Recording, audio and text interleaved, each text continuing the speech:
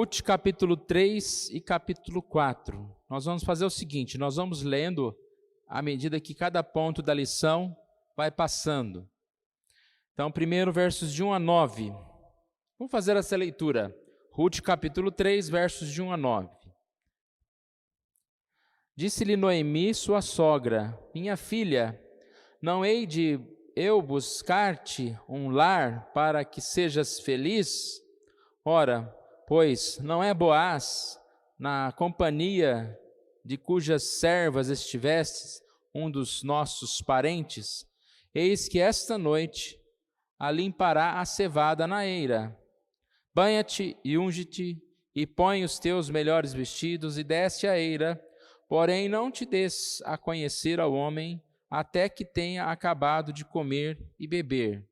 Quando ele repousar, notarás o lugar em que se deita, então chegarás e lhe descobrirás os pés e te deitarás. Ele te dirá o que deves fazer. Respondeu-lhe Ruth: tudo quanto lhe disseres, farei. Então foi para a eira e fez conforme tudo quanto a sua sogra lhe havia ordenado.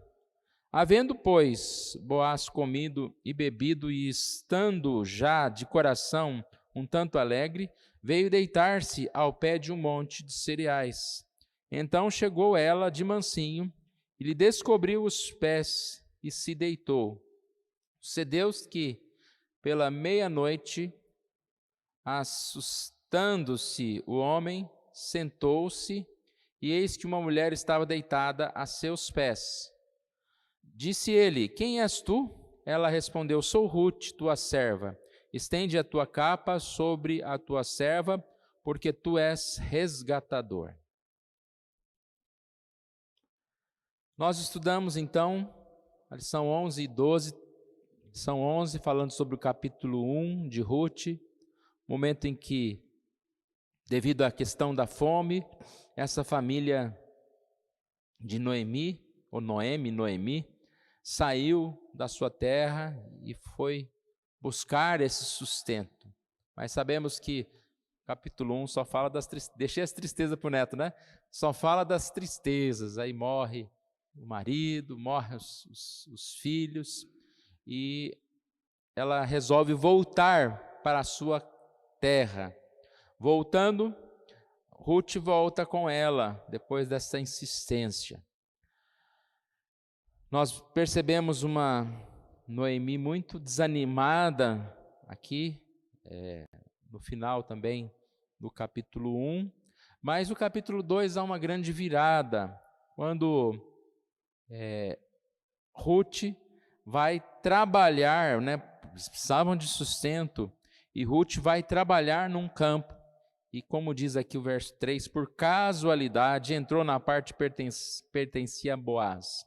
E Boaz é o tal chamado resgatador, um dos resgatadores que nós vamos ver agora, né, nesse início do capítulo 3. O que era um resgatador? Era alguém que seria responsável, né, de providenciar essa herança, de casar, de cuidar. Então elas não estariam tão desamparadas como aparentemente estavam. Capítulo 2 é o momento em que eles se conhecem, mas aqui a gente destacou a bondade de Boaz, né? Um homem que cuidou de uma estranha, que resolveu assim ajudar e fez de tudo, né, para que Ruth não sofresse mais do que ela já estava sofrendo. Mas reconhecemos que tudo que Boaz fez foi porque Ruth era especial também. Ele viu que ela era alguém que largou seus parentes, e alguém que veio buscar refúgio em Deus e na terra.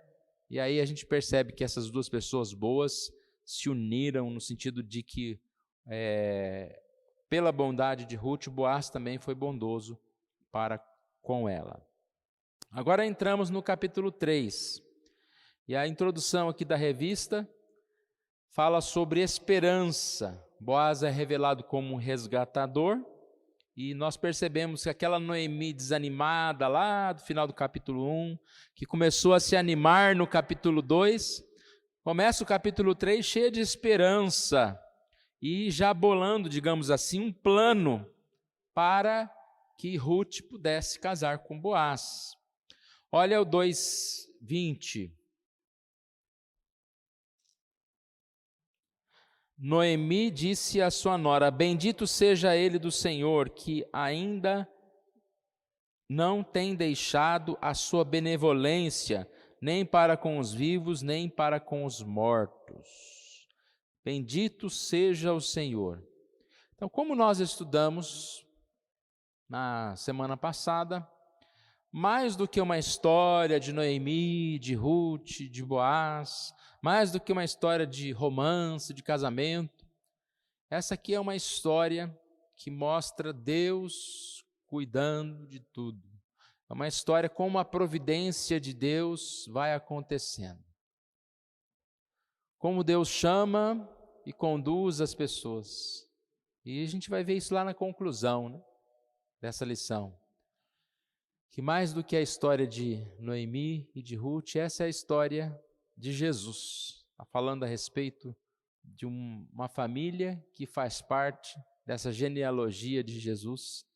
E nós assim entendemos que o propósito de Deus, Jesus vir a esse mundo, ele veio através dessa sequência de eventos, de coisas que vão acontecendo. Da mesma forma, daqui adiante, né?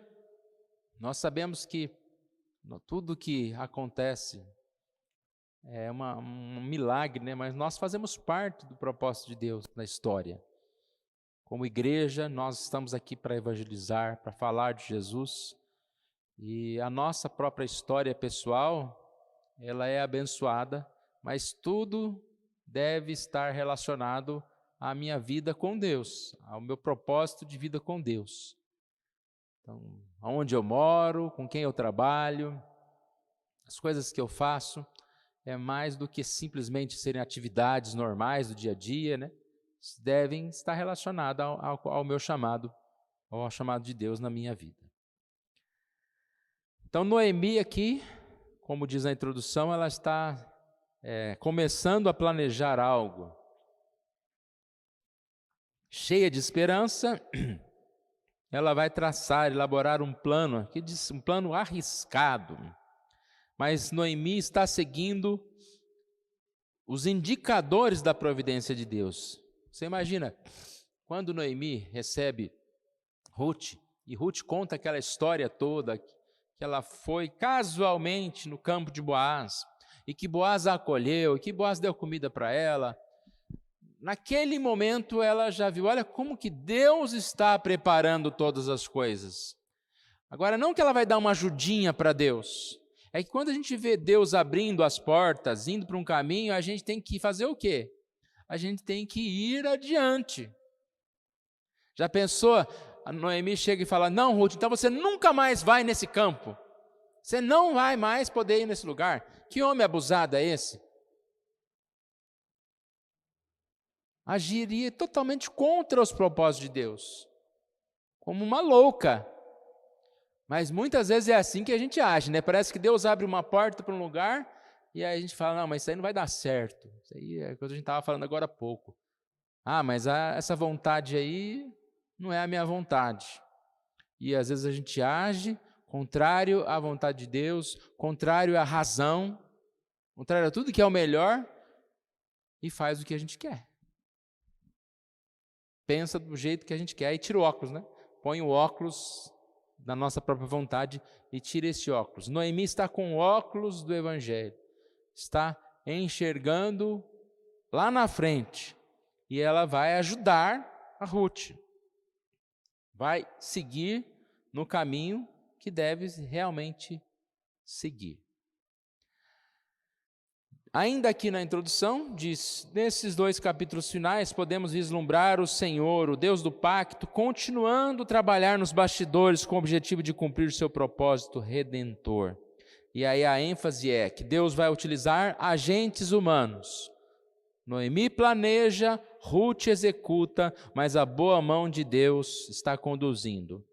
Faltou Boaz aqui, né? Boaz também vai aceitar. É que o Boaz está no ponto 2 aqui da lição. Mas vamos lá então. Ponto 1 é o texto que nós lemos há pouco, versículos de 1 a 9. Noemi tem um plano, Ruth tem proteção de Deus. Noemi tem um plano. Já adiantando o que vai ser falado aqui na lição, né? O que foi feito aqui não é nada imoral, não é nada, digamos assim, um abuso, né, de poder, ou alguém, uma mulher se oferecendo de forma indevida a um homem, mas nós sabemos que isso primeiro faz parte da cultura daquela época, que nós não entendemos todos os detalhes. E o que acontece aqui era algo que ela estaria, sim, buscando fazer conforme a própria cultura dizia. Se há o resgatador, ela deveria estar indo até ele aqui. Mas vamos lá. O livro de Ruth tem início com Noemi pensando apenas em si mesma. Agora, no capítulo 3, nós percebemos ela se preocupando com o bem-estar de outra pessoa, né? Então, provavelmente, Deus quebrantou, já falamos isso várias vezes, né? Quebrantou o coração de Noemi e assim mudou o coração dela. E Noemi tem um plano para Ruth se casar com Boaz. Noemi está à frente aqui. Ela não precisou ficar no luto eterno, né? Esse aqui é um assunto interessante, né? Quanto tempo deve demorar o luto? Deve demorar a tristeza, a amargura? E nós sabemos que seja o mínimo possível. Às vezes a gente encontra pessoas que passam por tantas dificuldades e você vê essa pessoa como se renascendo, né? Como de novo acreditando e tomando novos caminhos. Eu conheço uma senhora lá em Séries que ela é da igreja presbiteriana, ela é música, ela tem uma escola de música e ela teve dificuldades. Eu acho que o primeiro marido separou dela, depois ela perdeu um filho adolescente com 14, 15 anos e ela casou de novo. Agora, recentemente, o esposo dela faleceu e assim ela vai, né? E eu vi agora, recentemente, ela fazendo várias postagens com palavras de Deus, assim, falando a respeito do recomeçar, da música, e continuando seus projetos, e continuando a sua vida. E ela tem uma filha deficiente, uma filha menorzinha, que ela cuidou dessa filha o tempo todo e cuida até hoje. Então a gente vai percebendo, né? Algumas pessoas têm mais dificuldades, não estou querendo menosprezar aquele que tem dificuldade em relação ao luto ou alguma enfermidade, né? Mas nós precisamos nos reerguer. Nós precisamos nos reerguer. E precisamos ser como uma Noemi, que depois da dificuldade que ela passou, né? Perder filhos, perder esposo, e estar sem onde morar, volta sem nada para uma terra, ela está aqui animada. Você vê uma pessoa animada, traçando planos, seguindo em frente, que todos nós possamos ser assim. Porque às vezes não precisa acontecer um grande desastre para a gente desanimar, né? Tem gente que está desanimado só por causa de uma coisa qualquer aí. Meu time não ganhou, ou meu presidente não ganhou, não sei o que, pronto, já acabou a vida. Não segue adiante. As pessoas que desanimam com a igreja, né? Desanimei lá a igreja porque eu não sei o quê. Aí vai para outra igreja, desanima para outra igreja, vai para outra igreja e desanima. Então, a gente precisa ser essa pessoa que vai para frente, que reanima, que segue adiante apesar das dificuldades. Ruth dá aqui então as instruções. Ela deveria se banhar, se ungir, depois ela devia ir até a eira encontrar-se com Boaz, e depois deitar lá, aonde ele estivesse, descobrir os pés. E aqui fala, né, que aí para frente, Noemi diz, né, para Ruth, que Boaz diria o que ela deveria fazer. Porque essa sinalização seria suficiente para Boaz entender o que ele tinha que fazer depois, né? Falar que ele seria o resgatador, ou que ele ia casar com ela, né? que aí seria o levá-la para cobri-la, né? Cobrir, e assim ela descobre o pé e ele cobriria os dois, então seria o casamento. Mas nós percebemos então que tudo isso foi feito conforme a sequência aqui do texto. Ruth obedeceu todas as partes, menos a última, que era para ficar calada, né? Mais uma vez, eu leio a frase que diz aqui: apesar disso, não se tratou de nada imoral, né? Uma vez que o próprio Boaz reconhece que tudo o que ela fez foi movido por benevolência para com Noemi, né? Para com a própria vida e a família. Então, não se tratou de uma proposta indecente, mas um recurso legal do qual Noemi fez uso. Descobrir os pés não é um eufemismo para intercurso sexual, mas apenas um gesto simbólico. Ruth descobriu, enquanto Boaz dormia, Ruth descobriu seus pés, se deitou próximo dela. E aí a ideia aqui é que provavelmente em um determinado momento da noite ele sentiu frio nos pés. O texto diz que ele se sentou e viu que tinha uma mulher do seu lado. Ele perguntou para ela: quem és tu? E nessa hora ela disse: eu sou Ruth, estende a tua capa sobre a tua serva, porque és resgatador. E aí sim ela disse, né, casa comigo. A gente percebe que mesmo ela tomando essa iniciativa, nada foi feito errado, né, aqui, porque a gente percebe que ele entendeu muito bem o caso, a questão toda. E a gente fica pensando, né, que Boaz, eu acredito desde o primeiro momento lá que ele encontrou Ruth, alguma intenção, digamos assim, né? Ele pode ter tido assim, né? Bonita essa moça, vou ajudar ela, tal, né? Talvez um amor à primeira vista desde aquele momento, não sabemos, né? Isso aí não está registrado. Mas certo de que ele gostava de Ruth também, de alguma forma, né? Senão ele não a trataria tão bem nesse tempo todo, e principalmente nessa hora aqui.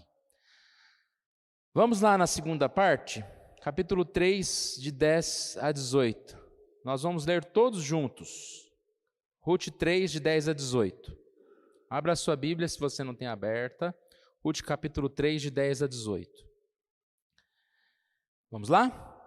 Disse ele: bendita sejas tu do Senhor, minha filha.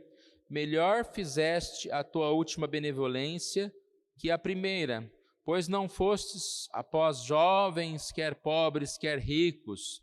Agora, pois, minha filha, não tenhas receio, tudo quanto disseste, eu te farei, pois toda a cidade do meu povo sabe que és mulher virtuosa. Ora, é muito verdade que eu sou resgatador, mas ainda outro resgatador há mais chegado do que eu. Fica-te aqui esta noite, e será que pela manhã, se ele te quiser resgatar, bem está, que te resgate.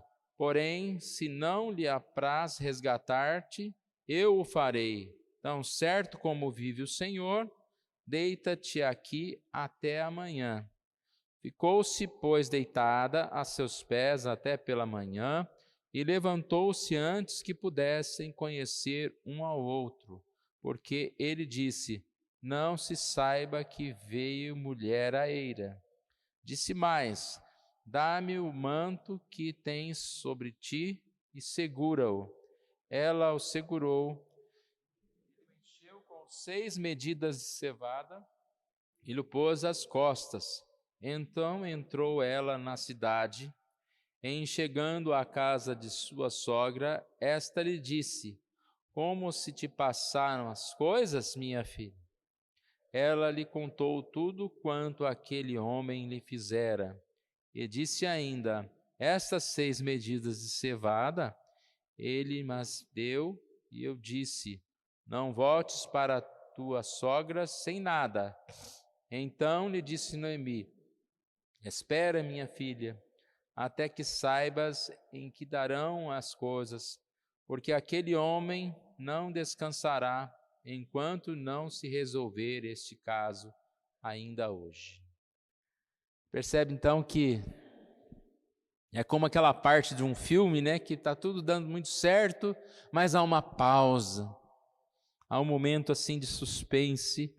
E a vida ela acontece assim, né? Para nós seria muito mais fácil, acredito eu, né?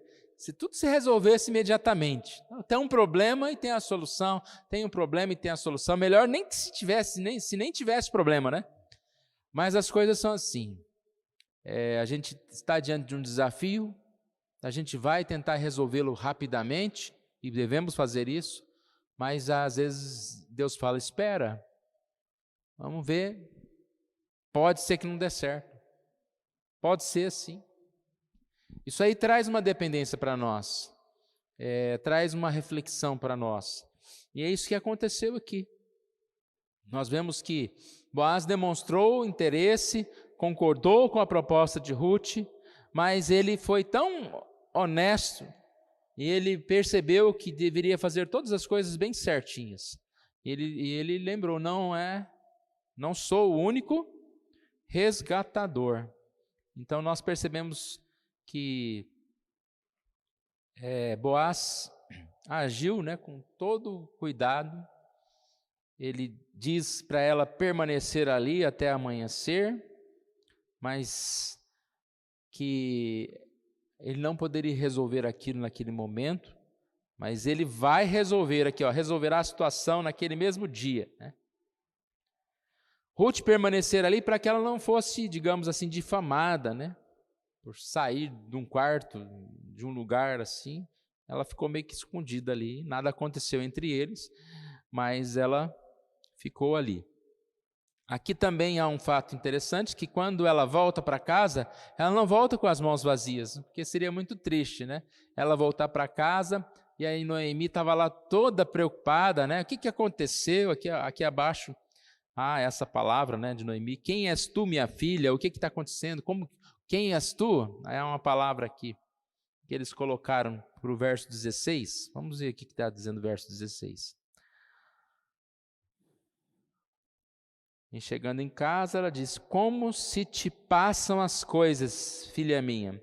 Então, a lição está dizendo que essa frase, digamos assim, mais correta, seria, quem és tu, minha filha? Ou seja, quem está voltando? A mesma Ruth, a Ruth já que vai ter um casamento, quem é você? Né? Então, há toda essa preocupação, e como nós falamos, para que ela não voltasse para casa com um não, ou com ainda não apenas, ela volta para casa com essas 6 medidas de cevada. A lição ressalta que o 6 era o não perfeito, que é o 7, né? Então um gesto também de mostrar que o 6 clama pelo 7, mas que mesmo essa olha a palavra difícil, incompletude, mesmo que com essa incompletude, havia aqui um sinal.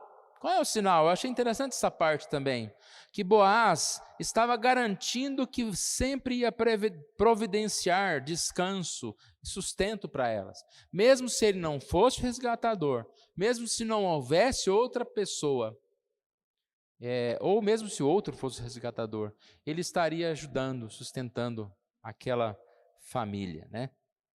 E aí a gente vê que ela volta para Noemi, mas não volta sem o nada. Ela volta com vamos ver o que vai acontecer amanhã, né? Vou falar com outro amanhã não, no mesmo dia, vou falar com outro resgatador, e também volta com esse sustento para elas aí, né? Essas medidas aqui, que era o sustento para ela. Vamos para o ponto 3, 4, de 1 a 12. Eu vou fazer essa leitura agora. Boaz subiu à porta da cidade e assentou-se ali. Eis que o resgatador de que Boaz havia falado ia passando. Então lhe disse, o fulano, chega-te para aqui e assenta-te. E ele se virou e se assentou. Então Boaz tomou 10 homens dos anciãos da cidade e disse, assentai-vos aqui. E assentaram-se. Disse ao resgatador, aquela parte da terra que foi de Elimeleque, nosso irmão, Noemi se tornou da terra dos Moabitas, Noemi, que tornou da terra dos Moabitas, a tem para venda. Resolvi, pois, informar-te disso e dizer-te: compra na presença destes que estão sentados aqui, e na de meu povo. Se te queres resgatá-la, resgata, se não, declara-mo para que eu o saiba, pois outro não há senão tu que a resgate, e eu depois de ti. Respondeu ele: eu a resgatarei.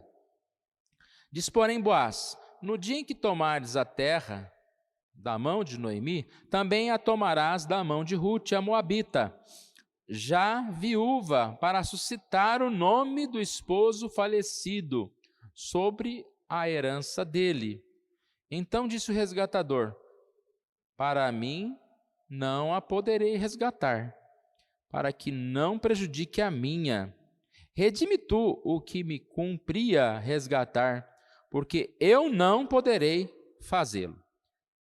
Este era outrora o costume em Israel, quanto a resgates e permutas. O que queria confirmar qualquer negócio, tirava o calçado e o dava ao seu parceiro. Assim se confirmava negócio em Israel. Disse, pois, o resgatador a Boaz: compra tu, e tirou o calçado. Então Boaz disse aos anciãos e todo o povo: sois hoje testemunhas de que comprei da mão de Noemi tudo o que pertencia a Elimeleque, a Quilion e a Malom. E também tomo por mulher Rute, a moabita, que foi esposa de Malom, para suscitar o nome deste sobre sua herança, para que este nome não seja exterminado dentre seus irmãos. E da porta da sua cidade, disto sois hoje testemunha. Todo o povo que estava na porta e os anciãos disseram: somos testemunhas. O Senhor faça a esta mulher que entra na tua casa, como a Raquel e como a Lia, que ambas edificaram a casa de Israel. E tu, Boaz, há de valorosamente em Efrata, e faze-te um nome afamado em Belém. Seja a tua casa como a casa de Pérez, que Tamar teve de Judá, pela prole que o Senhor te der desta jovem. Então, capítulo 4, nessa primeira parte, ela conta a história dessa conversa de Boaz, o resgatador, com outro resgatador. E aqui, curiosamente, ele nem tem nome, né? Ele nem tem nome. Não aparece o nome dele.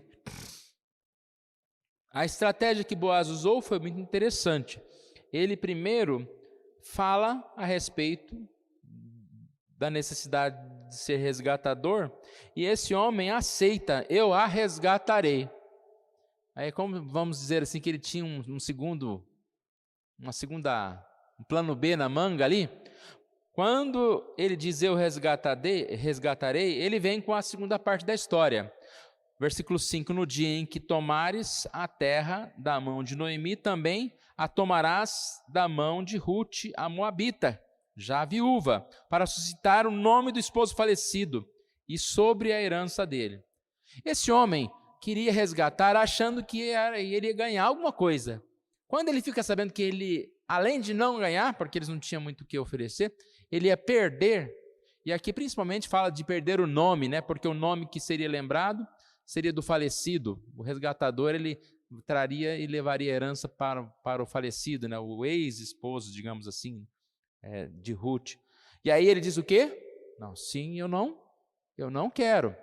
Sabendo que tinha o Boaz lá se oferecendo, facilmente, então, aí Boaz disse: mas eu quero. Boaz também foi muito esperto no sentido de que ele levou as testemunhas, né? As 10 testemunhas. A porta da cidade aqui fala a respeito de um lugar de decisões, e tudo aqui foi feito bem claramente. O ponto 3 fala sobre duas viradas na história. a primeira virada está relacionada a essa, né, do resgatador. Eu resgatarei. O homem que primeiro, pensando numa oportunidade de aumentar o seu patrimônio, diz: eu resgatarei. Depois a virada é: eu não resgatarei. Para perder, eu não resgatarei. Não tem vantagem? Eu não resgatarei. Isso aqui tem muito a ver com o que nós falamos agora há pouco na decisão, na questão do tema decisão da escola dominical. Você é chamado por Deus para tomar uma decisão. Vocês estão percebendo o que esse homem está perdendo de oportunidade? De fazer parte de algo especial ali. Porque Boaz foi abençoado, Ruth foi abençoada, fazendo parte da questão de ser da genealogia de Jesus. Esse homem está só pensando no seu nome, nas terras. Vou perder dinheiro com isso, vou perder fama. E quem que ficou com fama? Ninguém sabe nem o nome desse homem, enquanto Boaz, aqui diz na lição, né, que ele tanto é conhecido, como o nome dele está, me ajudem aqui, é numa das torres lá do templo. Achei, 1 Reis 7:21, falando que Boaz se tornou tão famoso que uma das colunas do templo de Salomão recebeu o seu nome. E nós estamos falando de Boaz aqui agora. Então repare, às vezes a gente quer tomar uma decisão analisando friamente. Não vai ser bom para mim isso. Mas a nossa decisão, eu acredito que tem que ser como Boaz, porque se Boaz fosse pensar nele, ele não assumiria a Ruth. Ele poderia falar: não, Ruth, eu já te ajudei, vou continuar te dando lá o trabalho, você não precisa ser nem mais escrava lá na rua, lá. Você pode ser uma das minhas empregadas, mas melhor não vamos casar, né? Eu não quero ser o seu resgatador. Mas eu acredito que Boaz sentiu esse chamado de Deus, né? E a decisão dele, tudo foi combinado assim. Tudo que ele faz, né? Tudo que ele fala, tudo está relacionado com o que nós entendemos que Deus fez. E desde o início, lembra como nós começamos a lição de hoje? Falando que Noemi arma um plano, Ruth vai executar um plano, e Boaz vai participar desse plano. Mas de quem é o plano? É um plano de Deus, que Deus vai usando e levantando homens. Às vezes a gente não percebe como nós somos importantes, somos peças importantes nesse plano de Deus, naquilo que nós fazemos, nas decisões que nós tomamos.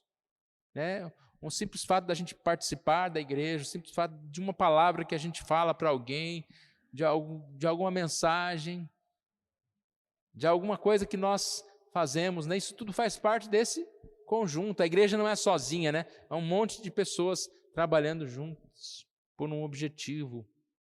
E é isso que nós estamos percebendo aqui. Houve a desistência e agora Boaz assume aquele compromisso e assim tudo vai indo para o caminho correto. Né? Tudo está sendo abençoado. Tudo está seguindo conforme a vontade de Deus. Vamos ler o trecho final aqui? 4, de 13 a 22. Mais uma vez, vamos ler juntos. Assim tomou Boaz a Ruth, e ela passou a ser sua mulher, coabitou com ela, e o Senhor lhe concedeu que concebesse e teve um filho. Então as mulheres disseram a Noemi: seja o Senhor bendito, que não deixou hoje de te dar um neto, que será teu resgatador, e seja afamado em seu Israel nome deste.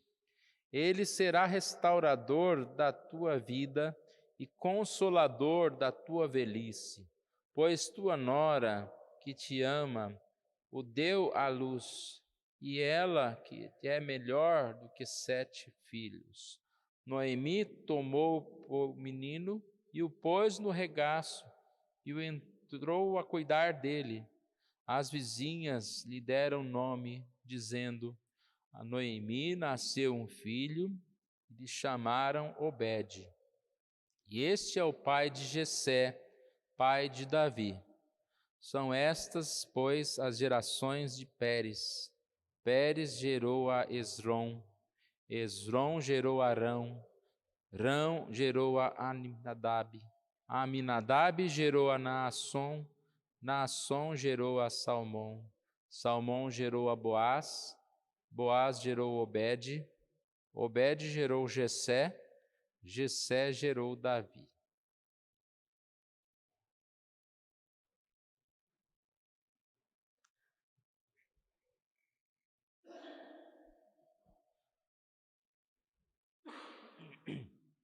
O ponto 4 começa trazendo aqui uma notícia interessante. Ruth permaneceu casada cerca de 10 anos com Malão e não gerou filhos. Porém, sim, permaneceu estéril.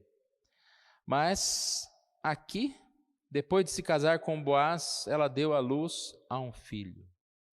Foi concedido pelo Senhor. Todos os propósitos de Deus seguindo.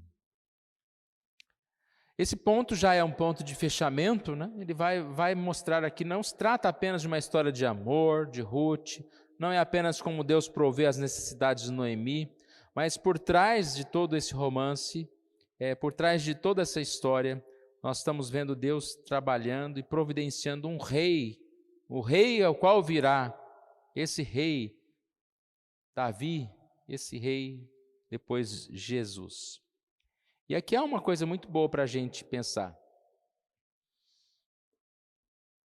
As nossas vitórias, elas precisam ter um propósito maior do que apenas termos uma vitória. Mas a gente não está vendo aqui uma família que vai ser derrotada, que vai viver na miséria, que não vai ter nenhum sustento. A gente está vendo aqui uma família que foi abençoada. Mas além da vitória, tem uma vitória superior. Percebe? É porque às vezes a gente tem uma ideia errada, como se Deus quisesse que a gente perde a nossa vida no sentido que a gente não pode ter vitória, que a gente não pode ter, vamos usar a palavra sucesso, eu não gosto muito, né? Mas não pode ter sucesso. Deus não está falando isso em lugar nenhum. Deus quer que nós sejamos abençoados. Só que o foco da nossa bênção não pode ser apenas pessoal. Aqui a gente teve um exemplo claro desse outro homem, do outro resgatador. Enquanto que ele só pensou na questão pessoal, ele se deu mal. O outro que buscou algo que estava conforme o coração dele, segundo a vontade de Deus, ele foi duplamente abençoado, porque ele fez parte do propósito de Deus e também continuou sendo abençoado. Boaz não teve seu nome esquecido, mas teve seu nome exaltado. E essa é uma coisa interessante, irmãos, que quando a gente tem alguma vitória, eu acho que é muito vazio uma vitória pessoal que não tenha um propósito de Deus nessa vitória, nessa história. Ah, ganhei não sei o quê, comprei não sei o quê, tenho um emprego tal, mudei para tal cidade maravilhosa. Tá, mas aonde que se encaixa o plano de Deus? O que Deus está se movendo a partir disso? Dá para entender o que eu estou querendo dizer? Ah, casei com uma pessoa especial, tem faculdade, tem... Tá, ótimo. E esse casal? O quanto esse casal é abençoado? O que vocês... assim como um casal, estão servindo a uma igreja, ao evangelho. Então, tudo isso tem que haver, porque, irmãos, esse mundo passa. Se a gente viver das conquistas desse mundo, das vitórias desse mundo, e não tivermos uma história paralela, vamos dizer assim, que não é nem paralela, deve ser a nossa história principal, o evangelho, não há vitória. E quando a nossa vitória, ela é a vitória de Deus, ela faz parte do propósito de Deus, a gente vai perceber que o que mais importa nem é o que nós estamos ganhando, mas é o que a nossa vida está servindo a Deus, o que está acontecendo em relação a Deus. E eu acredito que isso, não sei qual alcance eles tiveram disso, Talvez não tiveram tão alcance, de saber o que viria pela frente, mas é bom saber que nós estamos fazendo parte de um propósito de Deus, que a gente faz hoje, né, como o reino de Deus. Pode ser que a gente não venha colher hoje, outra pessoa venha colher no futuro o trabalho que você fez ali. O que importa não é ganhar essas glórias do mundo, mas é que o trabalho seja assim feito e a sequência seja assim abençoada, né? Às vezes a gente até esquece, né, das pessoas, da história, mas a história está sendo construída. E o mais importante é o reino de Deus ser lembrado. Então aqui diz, não se trata apenas de uma história de amor, não se trata apenas de Deus provendo necessidades de Noemi, de um romance, mas de um rei. E aqui traz um fato interessante, que nesse tempo, né, de Juízes, sempre a gente via aquela frase, naqueles dias não havia rei em Israel e cada um fazia conforme a sua própria vontade. E nesse texto ele termina proclamando um rei, né? A lição lembra isso muito bem. A última palavra que tem aqui é Davi.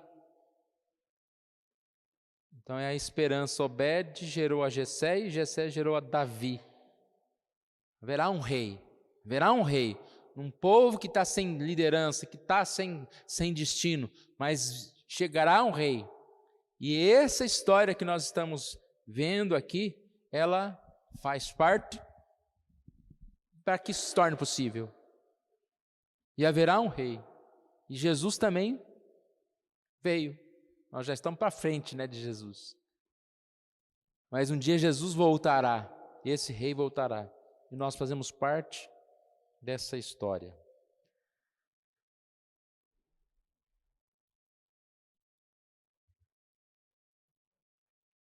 Conclusão. Como afirmou John Piper, o nome de Davi traz consigo a esperança do Messias. Novo tempo de paz, justiça, libertação da dor e do choro, do sofrimento e da culpa.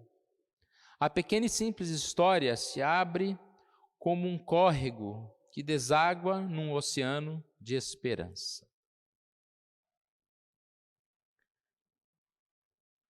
Em Ruth encontramos um precioso retrato do Evangelho.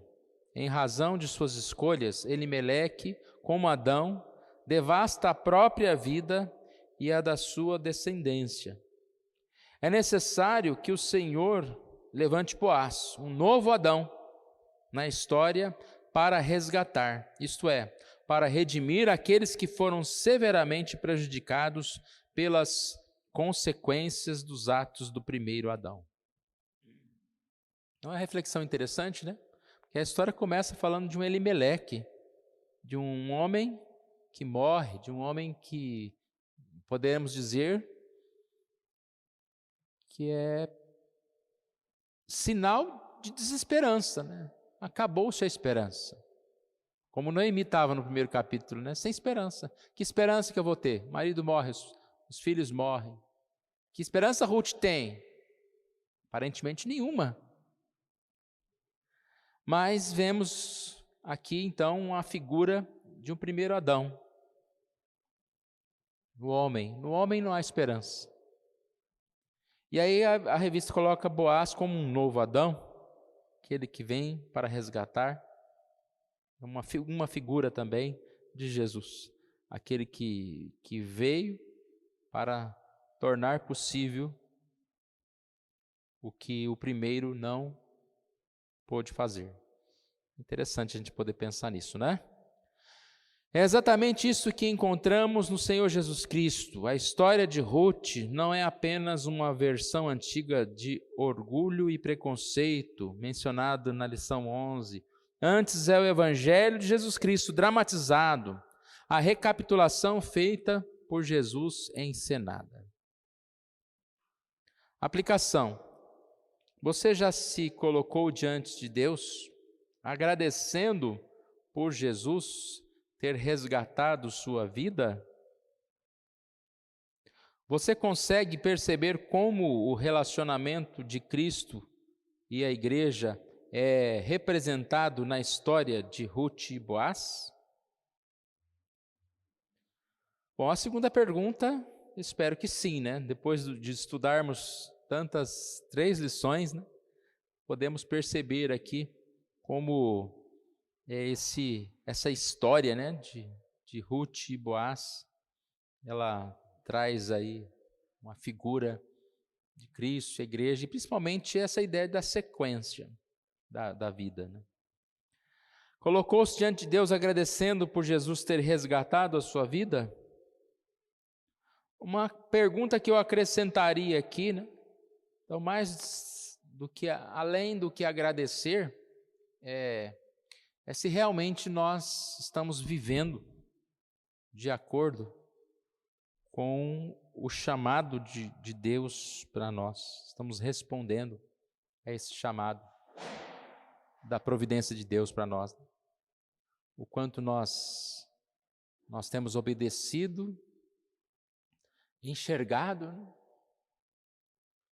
Já pensou se Ruth, quando ela voltou para casa, e Noemi fala: amanhã você vai para lá e vai descobrir o pé do Boaz? Ruth: eu de maneira nenhuma, né? Eu não vou fazer isso, imagina. Mas nós percebemos que Deus falou também com ela, como falou com Boaz. E essa é a pergunta: Deus tem falado conosco sobre qual caminho nós devemos seguir? E nós temos obedecido à vontade de Deus? Ou vamos ficar brincando de viver a nossa vontade aí, né? De fazer a nossa vontade? Tem mais uma semana aí para a gente fazer a nossa vontade, viver do jeito que a gente quer, ou tentar orar, buscar orientação e perguntar dia a dia: Deus, o que o Senhor quer que eu faça? O que o Senhor quer da minha vida? Que essa é a grande questão, irmãos. Que nós possamos viver conforme o propósito de Deus para nós, dia a dia. Amém? Então nós vamos terminar a nossa revista, aguardando para que nós possamos continuar, porque está muito bom essa sequência, né, de estudo do Velho Testamento. Com certeza seria muito difícil a gente estudar livro a livro, se fosse de forma lenta, né? E assim a gente, com essas revistas, a gente vai pegando um resumo muito, muito bom e oportuno para a gente seguir a sequência.